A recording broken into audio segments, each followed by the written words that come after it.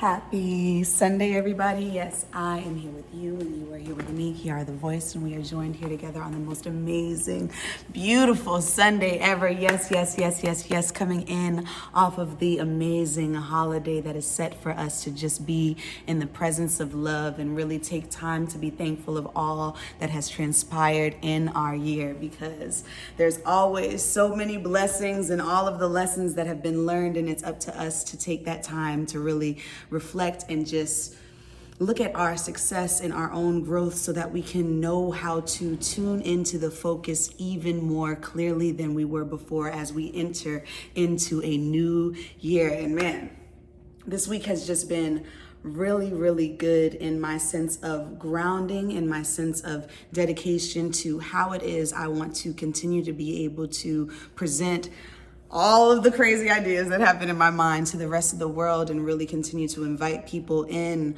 on this journey of life through the lens of me, right? And being able to just open everyone up around me to the idea of tapping into your imagination even more so, and reflecting, looking back on the clues of what you've already experienced in this life, and actually taking the time to be like, dang, look at all that I used to imagine manifesting here and now. And if I continue to imagine deeply and remember and recall on those dreams, and I can tap back into that energy and tighten up, strengthen my magnet to bring in everything I need now here into this present day. So as my gift of giving thanks and of appreciation and of just me releasing and letting down these walls, I released my first single ever. It's called 2019. And it is really a song that I actually created like in the beginning of the year, like, I don't know, I want to say like around March. And I was just thinking about how dope all of my friends were, and how this was literally the type of life I've imagined living. Like when I was younger, I used to be like, man, I'm going to be able to be up there on those stages, on these television screens, but it's going to be me and my friends, me and people I know, creating bodies of work that are impacting the world forever. And this year really started off on that trajectory.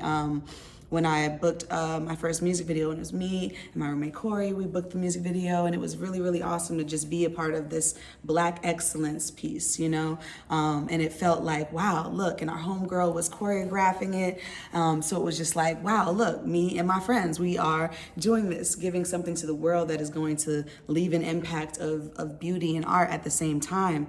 And as I continued to do this and create the song, it just started coming to me more and more. And I really wanted to reflect the energy that I felt when I was making the song into the visual that I put together for the song. And I really wanted people to feel me, because, like, I'm all about the feeling. Like I wanted everybody to be able to witness a part of me that they haven't seen. So including the home movies, my father is a karate master, martial artist, Dwayne Thomas, and all my life I've been doing karate. My mom is a professional dancer. All my life I've been dancing. And to be able to include these moments in there was really cool, to show how I feel like my whole life I've been trained to become the best version of myself by applying spirit to vessel, but really a lot of my change comes through the movement and my physicality of my life, and that's where I really gain vital energy, and that's where I really gain a lot of love and trust and understanding of myself, is when I'm moving, when I'm exerting my energy through movement. And I wanted the video to move with me, so it was just super dope that we were able to go to Flognog this year. This was my first time being there, and that's where we taped the video. And I didn't really go into it with like an idea of what I wanted the video to look like, rather just the energy I wanted it to hold. So all of our very heightened moments, really being able to experience these rides, all of those things were just one take in the moment, and it was footage that I had. And then when my dad came to visit me, he had given me those home movies, so I finally was able to rip those off and like check everything out. And when I'm talking about dreaming and just visualizing and keeping a image in your mind of who you've been able to be in contact with and who you have been blessed with, admiring, and then maybe sharing space with. So there is the one very candid moment to me when it's my birthday and I'm with Oprah, and it's a very like quick little scene, and it's from 1998, you know what I mean? And it's just a really dope reflection moment because I was actually on set with my mom, who was assistant choreographer to George Fajon for the opening of Oprah's new music video, Run On. And me and my little sister were just there because our mom was there and we were able to go. So one day, Oprah came up to me while they were on set and was just like, hey, what's your name? What are you doing here? And I told her that, that's my mom and she's choreographing. And she was like, you want to be in it? And I was like, yeah, I want to be in it.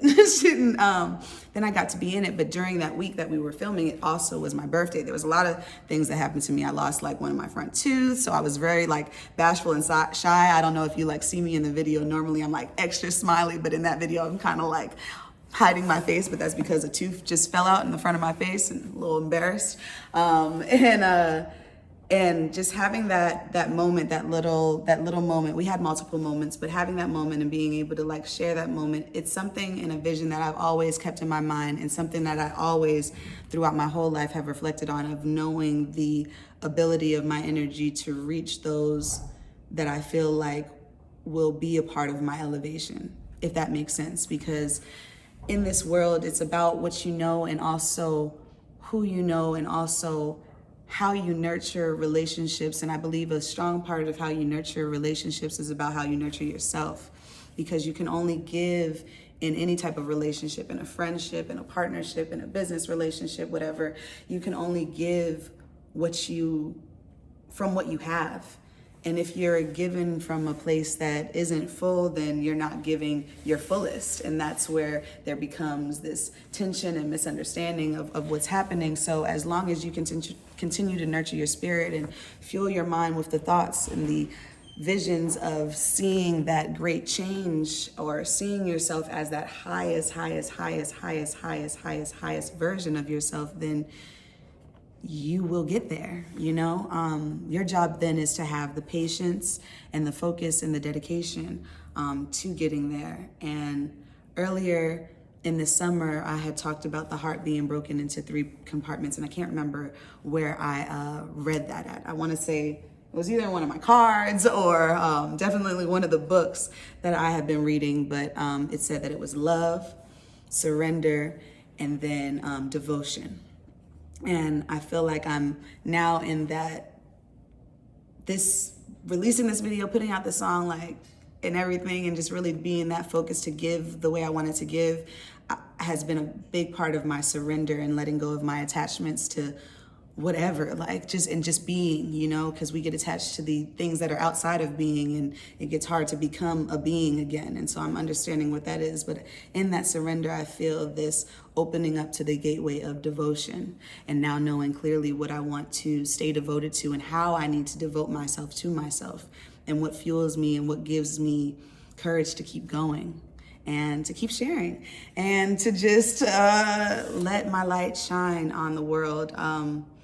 And still be of service, It was cool this rising. We actually went to go get smoothies, and when we went to go get smoothies, we bumped into a neighbor and friend, Roper, and he is just an awesome being, an awesome spirit. And it was my first time really like sitting down and talking with him, but he had this analogy about airports, right? He was like, I look at my life like I'm trying to be the airport, because the airport is where all the airlines come to, and they utilize that space to go and do their thing. And if I can make sure that I'm the airport, that I'm the person that has the ability to do and create in these different ways and forms, then people can come to me in the ways in which they want to create with me that are in alignment with my spirit. And I just am the space, and I don't have to seek any further because people know in the ways that they can create with me.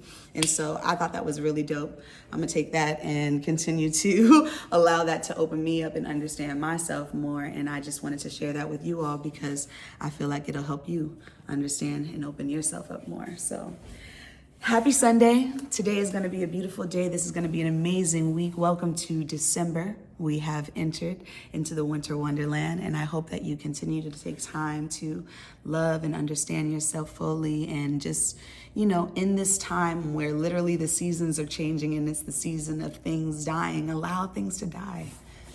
It's hard, but you gotta let things fall away so that you can reap the benefits of what is going to sprout in the spring, and you can get a clear focus on how you need to devote yourself to yourself. I love you. You mean the world, the moon, and the stars to me and the entire Milky Way galaxy. And until next time.